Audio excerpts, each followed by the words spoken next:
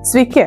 Šiandien jums pristatome patį populiariausią vejos robotą iki 10 arų sklypams, tai yra Segai Navimove i20 visais varančiais ratais. Ar galėtum konkrečiai pasakyti, kas pasikeitė į seriją?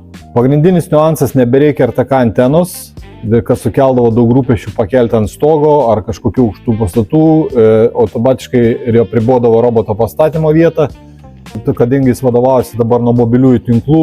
Sekantis niuansas, lyginant su praeitų metų modeliu, padarė visais varomais ratais. Vietoj dviejų mažų laisvai besisukančių, dadėjo vieną, kuris varomas, bet varomas tik tada, kada to reikia robotui. Kada robotas pajunta, kad yra kažkokia perstatė įkalnė, dar kažką, tada jisai pradeda veikti. Jeigu ne, jisai veikia ant laisvų apsukų.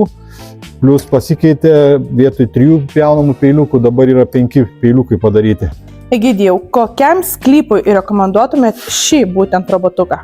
Jeigu sklypas nebūtų tobulai lygus, sakykime, kažkokias nedidelės įkalnės, šlaitukai kokie, rekomenduočiau būtent šitą robotą, aišku, jeigu yra geras telefono signalas ir šiaip, kadangi tai aplamai rinkoje lyderiaujantis savo technologiniam galimybėm robotas.